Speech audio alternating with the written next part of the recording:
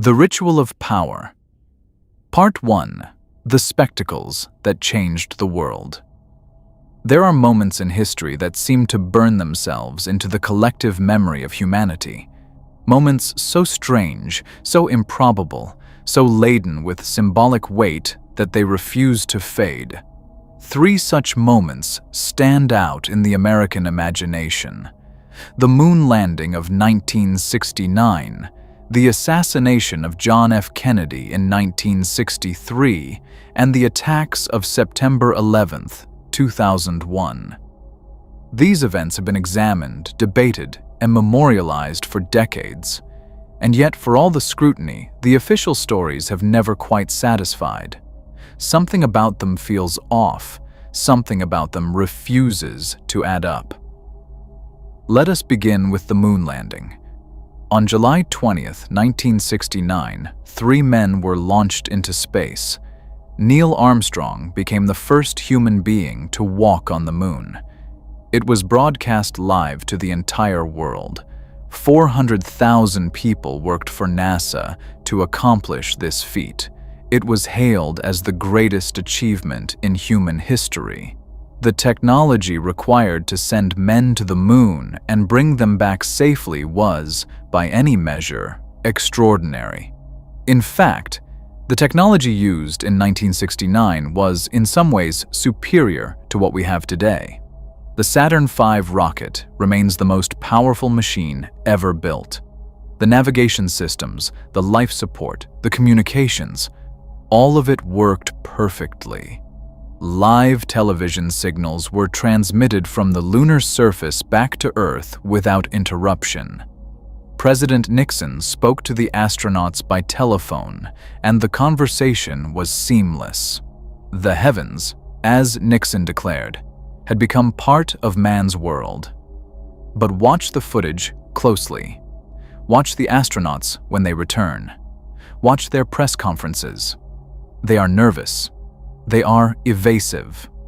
When asked whether they could see stars from the lunar surface, one astronaut replies that he does not remember seeing any. He does not remember. A man who has just done something no human being had ever done before, who has looked up at the sky from another world, cannot remember whether he saw stars. That is strange. Then watch the footage of the lunar module lifting off from the moon to return to Earth. It rises effortlessly. No resistance, no thrust visible. It simply floats upward as if pulled by invisible strings. That is also strange. And so even today, there are people who do not believe the moon landing happened. Not because they are irrational, but because the evidence does not quite fit. Now consider the assassination of John F. Kennedy. November 22nd, 1963. Dallas, Texas. The president was riding in an open car through Dealey Plaza. The security arrangements were bizarre. All the bodyguards were behind the president, not beside him or in front of him. The car carrying Kennedy had no protection at all. It was as if someone had designed the motorcade to make assassination easy. The official story, produced by the Warren Commission, is that a single gunman named Lee Harvey Oswald fired 3 shots from the Texas School Book Depository. One of those shots missed, one hit Kennedy, and one, the so-called magic bullet, hit Kennedy and then ricocheted to hit Governor John Connally, who was sitting in the same car.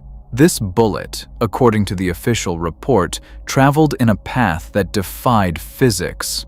It changed direction in midair. It emerged nearly pristine. It was found on a stretcher at the hospital. The Warren Commission called it the single bullet theory. Everyone else called it magic. There were witnesses who heard shots from other directions. There were witnesses who saw other shooters. There were photographs and films that suggested multiple points of origin. And then, strangely, within a few years of the assassination, nearly 30 witnesses died under mysterious circumstances. Some were shot, Some died in car accidents. Some died of heart attacks. All of them died before they could testify in any meaningful way. That is also strange. Lee Harvey Oswald was arrested. He was being transferred to a more secure location when a man named Jack Ruby stepped out of the crowd and shot him at point-blank range. Ruby was a nightclub owner with connections to organized crime. He was allowed to walk right up to Oswald despite a crowd of police officers. The police officers, who were trained to react to threats, stood frozen. One of them, visible in the footage, looks terrified. He does not push Ruby away. He does not draw his weapon. He just stands there. That is strange. Then consider this. Kennedy's brother, Robert F. Kennedy, was running for president in 1968. He was winning. He was the frontrunner for the Democratic nomination. And then he was shot in a hotel kitchen in Los Angeles. The man who shot him, Sirhan, did not look like a killer. He did not act like a killer. He is still in prison today, insisting that he did not do it. And the official story is that Lee Harvey Oswald acted alone, that Jack Ruby acted alone, that Sirhan acted alone. 3 lone gunmen, each of them disconnected, each of them acting without help, without support, without any larger conspiracy. The probability of that being true is vanishingly small. Now consider September 11th, 2001. 2 planes hit the Twin Towers in New York City. The towers collapsed. But 3 buildings came down that day. The North Tower, the South Tower, and Building 7, which was across the street. Nothing hit Building 7. It was not struck by a plane. It was on fire for several hours, and then it collapsed. It collapsed straight down at nearly free-fall speed, exactly like a controlled demolition. The official explanation is that fire caused the steel frame to melt and the building to pancake. But never before in the history of skyscrapers had fire brought down a steel-framed building. And never since. Only on September 11th, 2001, did 3 buildings fall in a way that looked exactly like demolition. The debris from the Twin Towers was shipped to China within a month. There was no investigation. There was no forensic analysis. The steel was sent overseas to be recycled. That is strange. No bodies were recovered from the wreckage, no luggage. But the passport of one of the hijackers was found. It was found intact, in the rubble, while everything else was pulverized. That is also strange. 6 months before the attacks, a television show called The Lone Gunman aired an episode. The plot was this: the government pretends to be terrorists, hijacks a plane, and crashes it into the World Trade Center so that it can blame the attack on terrorists and start wars in the Middle East. In the show, the plane is controlled remotely by government operatives. That is exactly what happened on September 11th, 6 months later. Then there is Larry Silverstein. 6 weeks before the attacks, he bought the lease to the World Trade Center. Why would anyone do that? The buildings were filled with asbestos. The cost of removing the asbestos would have exceeded the value of the buildings. Any rational businessman would have avoided the deal. But Silverstein bought the lease anyway. He also took out an insurance policy that valued the buildings at $3.5 billion, far more than they were worth. He paid higher premiums than he needed to. Then the buildings were destroyed. He sued the insurance company, claiming that because 2 planes hit 2 towers, he should receive double the payout. He was awarded $4.5 billion. He also happened to have a dermatology appointment on the morning of September 11th. He never missed work. But that day he was not in his office. The luckiest businessman in history. The official story is that 19 hijackers, acting alone without state support, without any help, managed to bring down 3 buildings, evade the most sophisticated air defense system in the world, and change the course of history. The official story requires you to believe that these 19 men were the luckiest terrorists in history, that their passports survived explosions that vaporized everything else, that a fire brought down a building for the first and only time in human history, and that Larry Silverstein just happened to be the beneficiary of all of it.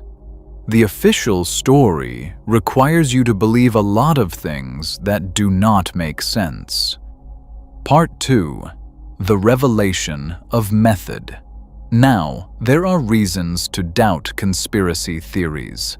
The government would never lie to us. The government is too incompetent to pull off such elaborate deceptions. If the government were really behind these events, surely they would have covered it up better.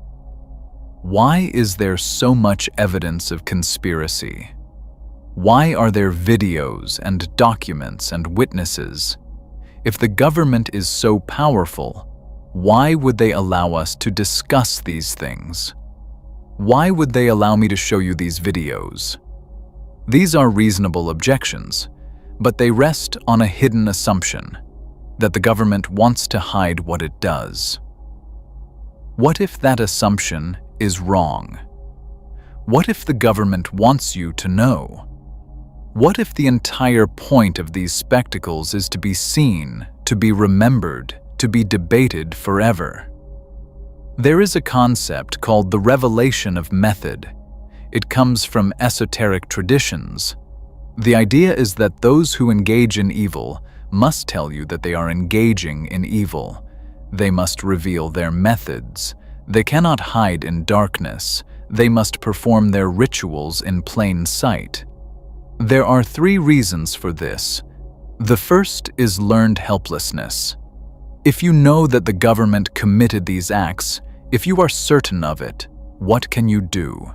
You can write angry emails. You can make YouTube videos. You can protest. And then nothing changes. The more you struggle against the system, the more helpless you feel. And the more helpless you feel, the more you give up. The more you obey. Learned helplessness is not a bug in the system. It is a feature. The system wants you to know the truth so that you will exhaust yourself fighting it and then collapse into compliance. The second reason is karmic responsibility. The people in power are extremely superstitious. They believe that when they die, they will be judged. They believe that God will ask them why they did these terrible things. And they will answer, "I did not act alone. Everyone participated. I told them what I was doing. I showed them the evidence. They did not stop me. They did not protest. They did nothing. Therefore, they are complicit. The guilt is spread to everyone. The karma is shared. By revealing their crimes, they make you an accomplice." The third reason is attention capture. These events are designed to be remembered forever. Everyone remembers where they were on September 11th. Everyone remembers where they were when Kennedy was shot. Everyone remembers watching the moon landing. The events are seared into your consciousness. They become part of your identity. They shape how you see the world. And that is the point. The point is to control your perception of reality, to make you see the world the way they want you to see it, to keep these images at the top of your mind so that you never have room for anything else. This is why people are still writing books about the Kennedy assassination 60 years later. This is why people are still arguing about the moon landing. This is why September 11th remains a wound that will not heal. The debate is not a sign that the government failed to cover up its crimes. The debate is the point. The debate keeps you focused on the spectacle. The debate keeps you distracted from everything else.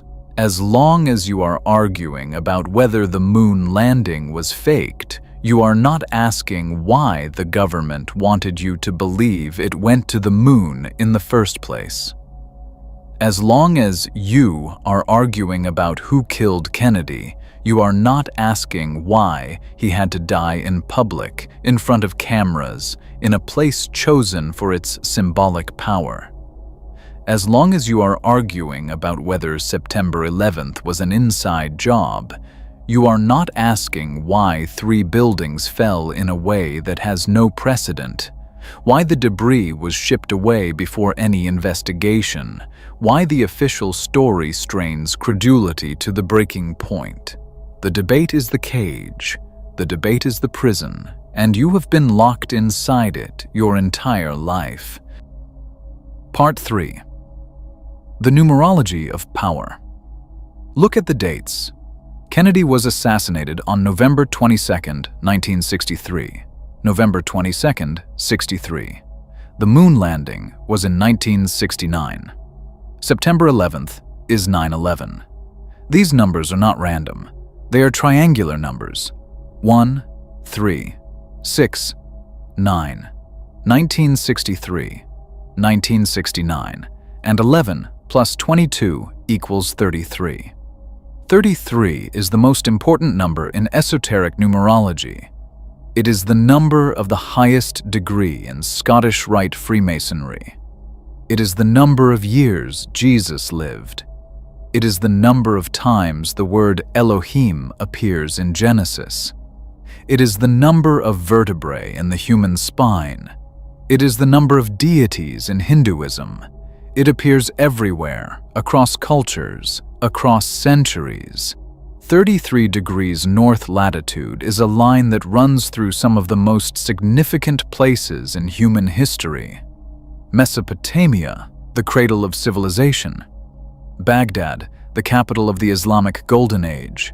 Damascus, one of the oldest continuously inhabited cities in the world. Jerusalem, the holiest city for Jews and Christians. Dallas, where Kennedy was assassinated. The Trinity Test Site in New Mexico, where the first atomic bomb was detonated. Hiroshima and Nagasaki, where atomic bombs were dropped on human beings, all of them at 33 degrees north. This is not coincidence. This is design. The people who planned these events chose the dates and the locations with care. They were not just killing a president or blowing up buildings or sending men to the moon. They were performing rituals. They were enacting a mythology. They were bringing the old world and the new world together in a single symbolic act. What is the old world? The old world is the world of God, the world of faith, the world where humanity bows to something greater than itself. What is the new world? The new world is the world of man, the world of science and technology, the world where humanity becomes God. And what is the bridge between them? What is the place where the old world and the new world meet? Jerusalem. Jerusalem is the capital of the old world. It is the city of God. And the plan, the grand plan that has been unfolding for centuries, is to make Jerusalem the capital of the new world as well. To build a world government, to create heaven on earth. But not heaven as the ancients understood it. Heaven as the architects of the new world understand it. A world of total control, total surveillance, total obedience. This is why there is a third temple being planned in Jerusalem. The Al-Aqsa Mosque, the third holiest site in Islam, stands where the Temple of Solomon once stood. The plan is to destroy the mosque and rebuild the temple. That will trigger a war. The Muslim world will rise up, Israel will be attacked, And from that chaos, a new world order will emerge, a world government, a global capital in Jerusalem, heaven on earth, but not the heaven of love and peace, the heaven of power and control. This is not a theory. This is not speculation. This is the stated goal of the secret societies that have been running the world for centuries. The Freemasons, the Jesuits, the Illuminati. They have different names, different rituals, different hierarchies, but they share a common vision. They want to bring heaven to earth. They want to become gods, and they've been working toward that goal for thousands of years. Part 4. How secret societies keep their secrets. How do they keep this hidden? How do they maintain their power without being exposed? The answer lies in the structure of the societies themselves. Consider Scottish Rite Freemasonry. There are 33 degrees. You start at the bottom and you work your way up. At each level, you are taught secrets. But the secrets at the bottom are not the secrets at the top. At the bottom, you are taught to be a good person, to do charity, to be kind to your neighbors. That is all you need to know. As you move up, you are taught that you are doing God's work, that you have a mission, that the world needs to be saved. As you move up further, you are taught that God does not exist, that there is no divine plan, that humanity must create its own destiny, and at the highest levels, you are taught that you can become God, that you can kill God, that you can replace God. This is called compartmentalization. You are only told what you need to know for your level. You do not know what the levels above you are doing. You do not know what secrets they hold. And because you have invested years, decades, your entire life in climbing the ladder, you do not want to know. You have too much to lose.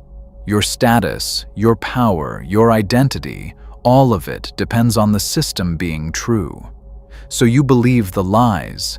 You tell yourself that the people above you are good, that they have your best interests at heart, that the secrets they keep are necessary. This is how the system maintains itself. Incentives. The higher you climb, the more you have to lose. So you protect the system. You enforce the secrecy. You silence the doubters. And then there is blackmail. At the highest levels, you are required to commit transgressions, crimes, acts that would destroy you if they became public. You do not do these things because you want to. You do them because you have to. Because once you have committed a crime with other members of the society, you are bound to them. If you betray them, they will destroy you. And they have the evidence to do it, so you stay silent. You obey. You participate in the rituals, even when they sicken you, because the alternative is worse. This is how secret societies have survived for centuries. Not through loyalty, but through fear. Not through trust, but through blackmail. Not through love, but through shared guilt. And this is how they have been able to pull off events like the moon landing, the Kennedy assassination, and September 11th. Not because they are all powerful, because they have embedded themselves in the bureaucracy.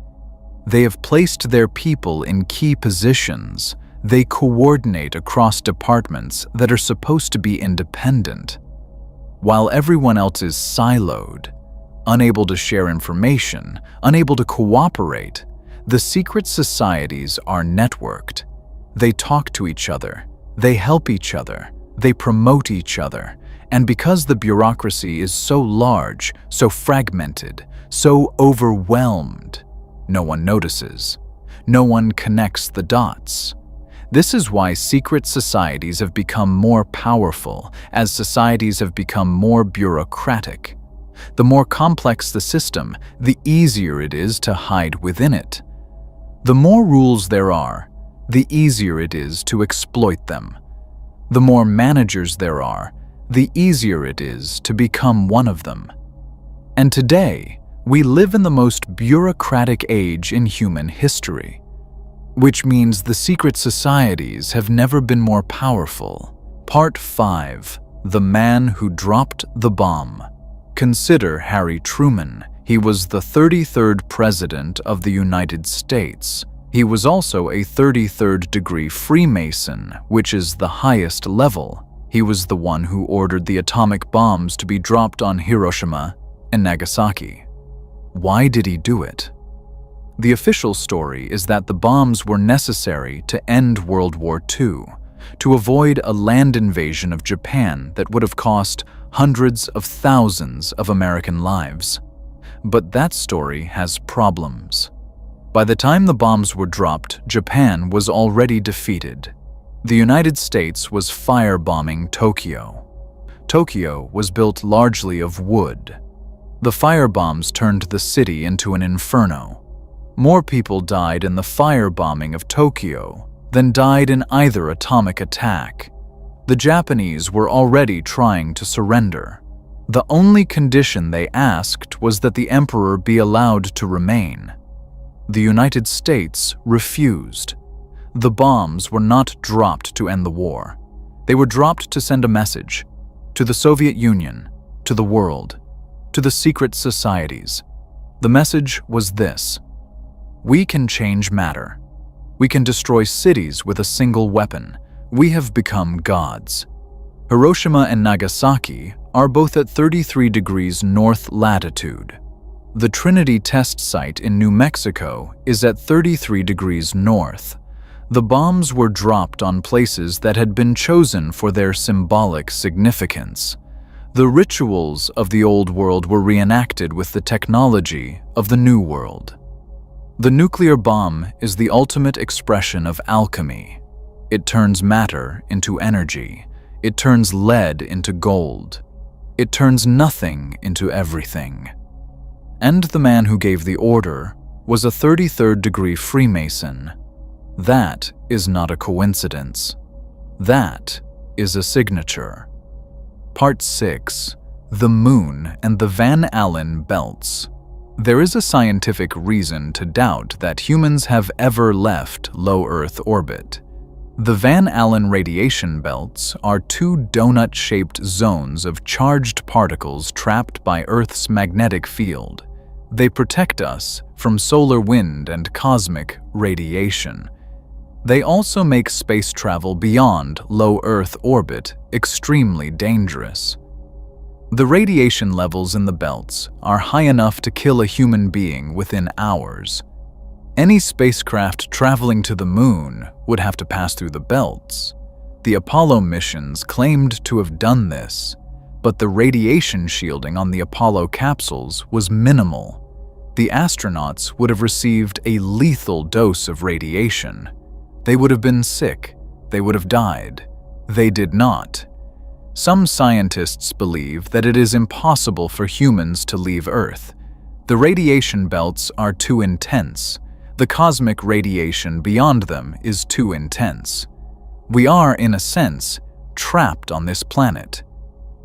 The moon landing may have been a fiction, not because the government wanted to deceive the public, but because the public could not handle the truth. The truth is that we are prisoners here. The truth is that the universe is not open to us. The truth is that we are alone. And yet, NASA is trying to go back to the moon. China is trying to go to the moon. Everyone is struggling. The technology has been lost. The footage has been lost. The data has been lost. NASA cannot find the blueprints for the Saturn V rocket. They cannot find the telemetry from the Apollo missions. They cannot explain how they did it in 1969. But they cannot do it now. It is as if the entire moon landing program was a dream, a shared hallucination, a story we told ourselves to feel better about being stuck here. Wernher von Braun was one of the leaders of NASA's space program. He was a German. He was a Nazi. He was brought to America after World War II as part of Operation Paperclip. He was a brilliant engineer. He was also a man with a vision. According to his associate, Carol Rosen, von Braun revealed the plan shortly before his death. The plan was this. First, the government would manufacture a threat from the Russians. Then, when that threat became less credible, they would manufacture a threat from terrorists. Then, from third world countries like North Korea and Iran. Then, from an asteroid. And finally, from aliens. A fake alien invasion would be the last great deception. It would unite humanity under a single government. It would justify the weaponization of space. It would complete the work that began with the moon landing and the atomic bomb. This is not speculation. This is what von Braun told Rosen. This is what the insiders know. The threat is manufactured. The enemy is created. The war is planned. And you are being prepared to accept it. So Part 7, Game Theory and the Moon. Let us use game theory to analyze the moon landing. Between 1960 and 1973, NASA spent $26 billion on the Apollo program. That is nearly $300 billion in today's money. It was 4% of all government spending. It was an enormous investment. And it was made at a time when America was falling apart. The Vietnam War was killing tens of thousands of young Americans. The protests were tearing the country apart. The Soviet Union was winning the space race. They had sent the first animal, the first man, the first woman, the first spacewalk, the first lunar probe. It seemed as though communism was superior to capitalism. It seemed as though the American dream was dying. And then Kennedy was killed. And then Robert Kennedy was killed. And then Martin Luther King was killed. By 1969, America was desperate for something to believe in. The moon landing was that thing. It was a moment of unity, a moment of pride. A moment when America could look at the world and say, "We are still the greatest nation on earth." The stakes could not have been higher. If the mission had failed, if the astronauts had died, if they had not made it to the moon, America would have been broken. The psychological damage would have been catastrophic. The Soviets would have won. The Cold War would have ended differently. So according to game theory, the United States could not afford to take the risk. The potential downside was too great. The only rational choice was to fake the landing, to produce a film, to convince the world that Americans had walked on the moon when in fact they had not.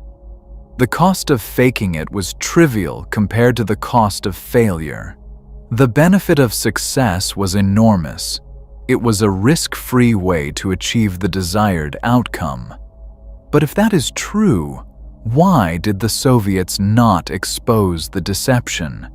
They had every reason to. They were in competition with the United States. If they could prove that the moon landing was fake, they would have won the propaganda war. They would have humiliated America. They would have proven that communism was superior. So why did they stay silent? There are several possibilities. One is that the Soviets were also faking their space achievements. They had never actually sent a man to space. They had never actually orbited the Earth. The entire space race was a fiction, and both sides knew it. Exposing the American lie would have exposed their own lie. So they stayed quiet. Another possibility is that the United States and the Soviet Union were working together, that the space race was a joint project, a shared deception, designed to distract the public from other matters. that the Cold War was not a real conflict, but a performance, a ritual, a way of maintaining control over the population, that the two superpowers were not enemies, but partners, bound by shared secrets and shared guilt. We may never know, but the questions remain. And the questions are more important than the answers, because the questions force you to think, to doubt, to see the world as it is, not as you have been told it is. Part 8. The Dawn of the Human Imagination. To understand why these events matter, we must go back much further. To the beginning, to the dawn of the human imagination. Charles Darwin is arguably the most influential thinker of the past 200 years. His theory of evolution changed everything. It told us that life is accidental, that genetic mutations are random, that the species that survive are the ones best fitted to their environment, that there is no purpose, no plan, no divine creator, just matter in motion, just chance and necessity. Before Darwin, the Western world was Christian. Christians believed that God created human beings in His image, that all people were equal before God, that you could not enslave other people because they were your brothers and sisters in Christ, that you could not kill other people because they were made in the image of God. The Christian worldview placed limits on power. It gave the weak a claim on the strong. It said that the poor and the marginalized were beloved by God. Darwinism destroyed that. If evolution is true, then there is no God. If there is no God, then there is no equality. If there is no equality, then some races are superior to others. If some races are superior, then they have the right to rule, to colonize, to enslave, to exterminate. Darwinism provided a scientific justification for the worst crimes of the 19th and 20th centuries: imperialism, racism, eugenics, the idea that the strong should survive and the weak should perish. This is not a coincidence. Darwin published On the Origin of Species in 1859. Within 20 years, evolution had become the dominant paradigm in the Western world. It was adopted not because it was true, but because it was useful. It gave the powerful a way to justify their power. It told the weak that their suffering was natural, that they deserved to lose, that they were simply less fit. And yet, for all its influence, the theory of evolution has serious problems. The first is diversity. If evolution is true, there should be many different species of human beings. Just as there are many different species of finches, many different species of dogs, many different species of beetles, there should be many different species of hominids. Some with 6 fingers, some with 3 eyes, some adapted to mountains, some to deserts, some to jungles. But there is only one: Homo sapiens. The other branches of the human family tree died out, and since then, the human lineage has remained stubbornly, strangely singular. That is not what evolution predicts. It predicts continuous divergence. What we see is convergence. One species, one body plan, one global family. The second problem is migration. Human beings are the only species that has spread across the entire planet. We have colonized every continent, every island, every ecosystem. We have crossed oceans that should have been impassable. We have settled places that offered no obvious survival advantage. How did the Polynesians navigate the Pacific? They had no maps, no compasses, no GPS. They built small boats and set out across thousands of miles of open ocean. They found islands that were invisible from the horizon. They did this not because they were desperate, but because they were curious, because they wanted to explore, because they were driven by something that has nothing to do with survival. The third problem is art. The earliest human artifacts are not tools. They are carvings, paintings, musical instruments. 30,000 years ago, our ancestors were creating art of breathtaking beauty. The cave paintings of Lascaux, of Altamira, of Chauvet. These paintings are not crude, they are sophisticated. They show an understanding of perspective, of anatomy, of movement. They were made deep inside caves, in places that were difficult to access, in conditions that were dangerous. The artists who made them were not trying to survive. They were trying to express something, to communicate something, to leave a mark. The fourth problem is religion. The Neanderthals, who lived before Homo sapiens, had religious rituals. They buried their dead with grave goods. They created ceremonial spaces. They believed in something beyond the material world. Religion is not a late invention. It is not a byproduct of civilization. It is as old as humanity itself, and it serves no obvious survival function. In fact, it can be detrimental. It takes time and energy away from hunting and gathering. It requires resources that could be used for food and shelter, and yet every human society has had it. Every human society has believed in something greater than itself. These problems suggest that the Darwinian story is incomplete, that it misses something essential about what it means to be human. We are not just apes, we are not just animals, we are something else, something that cannot be explained by random mutation and natural selection, something that points to a different origin.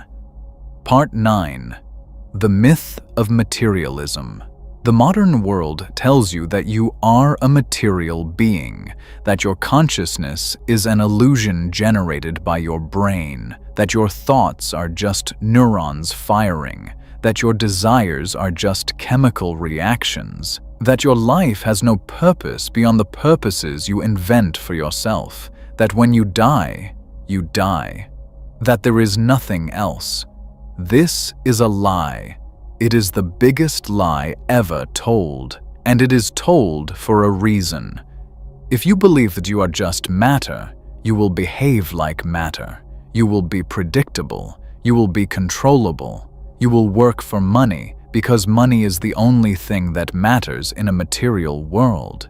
You will seek status because status is the only measure of worth. You will fear death because death is the end. You will obey the system because the system is all there is.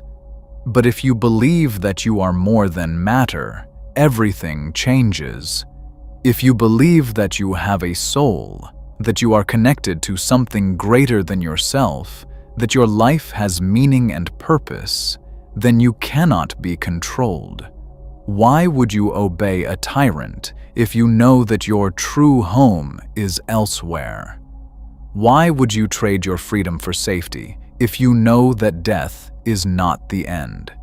Why would you sell your labor for money if you know that money is an illusion?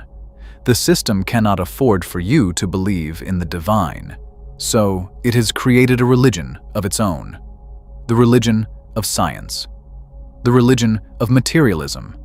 The religion that says, there is no God, there is no soul, there is no purpose. You are a machine that will eventually break. And when it breaks, you will be nothing. This religion is taught in every school. It is reinforced by every news report. It is assumed by every expert. You cannot question it. If you question it, you are called crazy. You are called unscientific. You are called religious. The irony is that materialism is itself a religious position. It requires faith. It requires you to believe things that cannot be proven, that consciousness emerges from matter, that the universe came from nothing, that life arose by chance. None of these things have been demonstrated. None of these things are known. They are articles of faith held by people who have convinced themselves that they do not believe in faith. The truth is that the human imagination is the most powerful force in the universe. It built the pyramids. It painted the caves. It navigated the Pacific. It split the atom. It walked on the moon. And it did all of this not because it was driven by material needs, but because it was driven by something deeper, something that cannot be measured or quantified, something that the materialists refuse to acknowledge. Part 10. The World. Before writing, before cities, before agriculture, human beings lived in a state of constant creativity. They were not trying to survive. They were trying to express. They were not competing for resources. They were cooperating to create meaning. They were not driven by fear. They were driven by love. Consider the cave paintings. They were made deep underground, in places that were cold and wet and dangerous. The artists who made them had to crawl through narrow passages, climb down sheer walls, navigate in darkness. They used torches that gave off limited light. They had no way to erase mistakes. They had no way to plan their compositions. And yet, the paintings are masterpieces. The animals are rendered with astonishing accuracy. The colors are vibrant. The compositions are balanced. The artists were not just drawing, they were channeling. They were receiving images from somewhere else and transferring them onto the stone. These paintings were not made for decoration. They were made for ritual. The caves were seen as portals to the spirit world. The act of painting was a way of communicating with the divine. The images were not representations of animals. They were the animals themselves, captured in stone, their spirits summoned through art. When the hunters killed a bison, they would paint it on the cave wall to thank it for its sacrifice, to ensure that it would return, to maintain the balance between the human world and the spirit world. This is not primitive thinking. This is sophisticated thinking. It recognizes that everything is connected, that the material and the spiritual are not separate, that the act of creation is a sacred act, that art is not a luxury but a necessity, that without art, without ritual, without imagination, human beings cannot flourish. The people who made these paintings did not have writing. They did not need it. Writing is a technology of control. It allows information to be stored and transmitted across time and space. It allows laws to be codified and enforced. It allows history to be written by the victors. But it also creates distance. It separates the speaker from the listener. It turns communication into a transaction. Before writing, communication was direct. It was emotional. It was empathetic. You did not need to write down what you meant because you could feel what the other person was feeling. You could read their body language, their tone of voice, their energy. You could know them in a way that is no longer possible. The people who made the cave paintings were not stupid. They were not primitive. They were not less intelligent than we are. They were different. They had different priorities. They valued empathy over efficiency. They valued imagination over information. They valued connection over control. And they created a world that was rich with meaning, saturated with spirit, alive with possibility. We have lost that world. We have traded it for the world of writing, of money, of the nation-state, of the individual. We have traded connection for convenience. We have traded imagination for information. Part 11. The myth of progress. You've been taught that history is a story of progress, that things are getting better, that we are smarter, wiser, more advanced than our ancestors, that the past is a primitive state from which we have emerged, that the future will be even better. This is a myth. In many ways, the people who came before us were superior. They had better memories, they had stronger imaginations, they were more empathetic, they were more resilient, they could survive in conditions that would kill us. They could navigate without maps, they could build without blueprints, they could cooperate without contracts, they could love without conditions. Consider the Polynesians. They settled the entire Pacific Ocean. They found islands that were thousands of miles apart. They did this in small boats, without any navigational instruments. They memorized the stars. They read the currents. They felt the wind. They could look at the ocean and know where they were. They could look at the sky and know where they were going. Their brains were not smaller than ours. Their brains were different. They had developed capacities that we have allowed to atrophy. Consider the builders of the pyramids. They moved stones that weighed several tons. They lifted them into place without cranes or pulleys. They aligned the structures with astronomical precision. They did this without computers, without power tools, without any of the technology we consider essential. They did it because they had a vision. They could see the finished pyramid in their minds. They could see how the stones fit together. They could see how the light would fall on the surfaces. They could see how the structure would endure for millennia. We cannot build the pyramids today, not because we lack the technology, but because we lack the vision. We lack the faith. We lack the willingness to sacrifice for something greater than ourselves. We are too focused on efficiency, on cost, on speed. We want to do things quickly and cheaply. We want to maximize profit and minimize effort. We do not want to spend 20 years building a monument to God. We want to spend 20 years building a portfolio. The people who built the pyramids were not slaves. They were not coerced. They volunteered. They worked not because they were forced to, but because they wanted to. They believed that their labor was sacred, that by building the pyramid, they were bringing heaven to earth, that by sacrificing their time and energy, they were participating in something eternal. They were not working for money, they were working for meaning. That is the difference between them and us. We work for money. They worked for meaning. And because they worked for meaning, they achieved things that we cannot even imagine. Part 12. The Return of the Divine.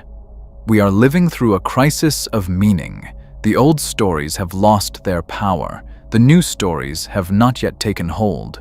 We are suspended between worlds, not knowing who we are or why we are here. This is why depression and anxiety are epidemic. This is why suicide rates are rising. This is why people are turning to drugs, to social media, to consumerism, to anything that will fill the void. The void is real. The void is the absence of meaning. And the system cannot fill it because the system is the cause of it. The system wants you to be empty. An empty person is easy to control. An empty person will work for money because money is the only thing that promises to fill the void. An empty person will consume because consumption promises to fill the void. An empty person will seek approval because approval promises to fill the void. But none of it works. The void remains. The emptiness persists. And you are left wondering why nothing satisfies.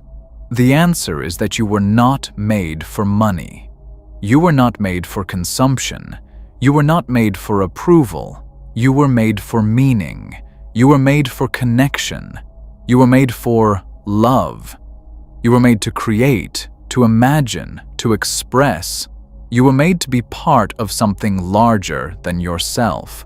And until you find that something, you will never be satisfied. The good news is that the something is still there. The divine has not left. The spirit has not abandoned you. You have abandoned it. You have been trained to ignore it. You have been conditioned to dismiss it. You have been taught that it does not exist, but it does. It always has. And it is waiting for you to return. The people of the past knew this. They built temples to honor it. They painted caves to celebrate it. They sang songs to invoke it. They lived their lives in constant awareness of it. They were not afraid of death because they knew that death was not the end. They were not afraid of suffering because they knew that suffering had meaning. They were not afraid of the unknown because they knew that the unknown was where God lived. We have lost this. We have traded the sacred for the secular. We have traded mystery for certainty. We have traded wonder for data, and we are worse off for it. But we can go back, not to the past, but to the principles of the past. We can rediscover meaning. We can reconnect with the divine. We can learn to see the world as it truly is, a place of infinite possibility, saturated with spirit, alive with imagination.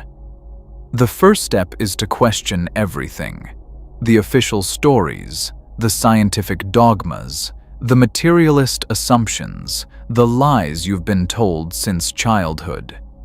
Question them not because you want to be a conspiracy theorist, but because you want to be free.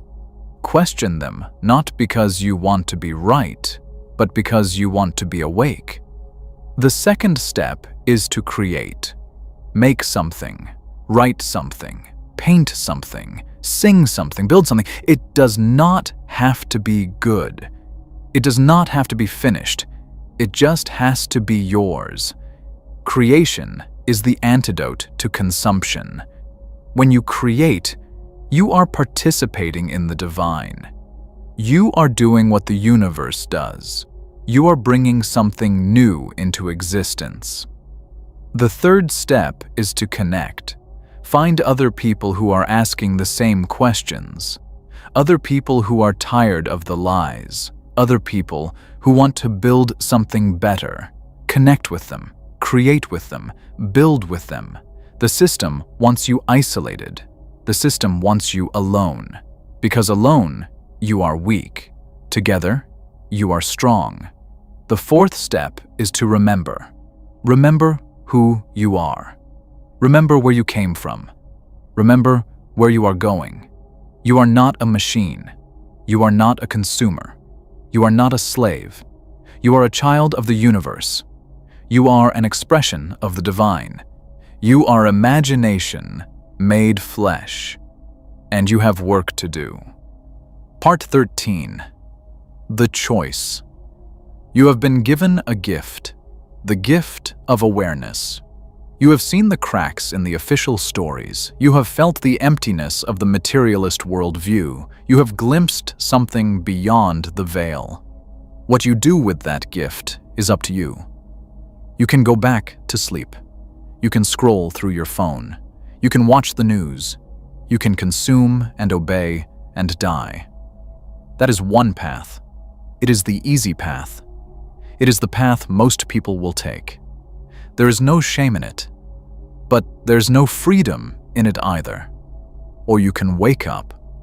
You can question everything. You can create instead of consume. You can connect instead of isolate. You can build something new. That path is hard. It is lonely. It will cost you friends, status, comfort, but it will also give you something that money cannot buy. It will give you meaning. It will give you purpose. It will give you freedom. The choice is yours. It has always been yours. The system wants you to believe that you have no choice. That is the final lie. The truth is that you have all the choice in the world. You just have to be brave enough to make it. So make it, choose, and then act. Because awareness without action is just another cage.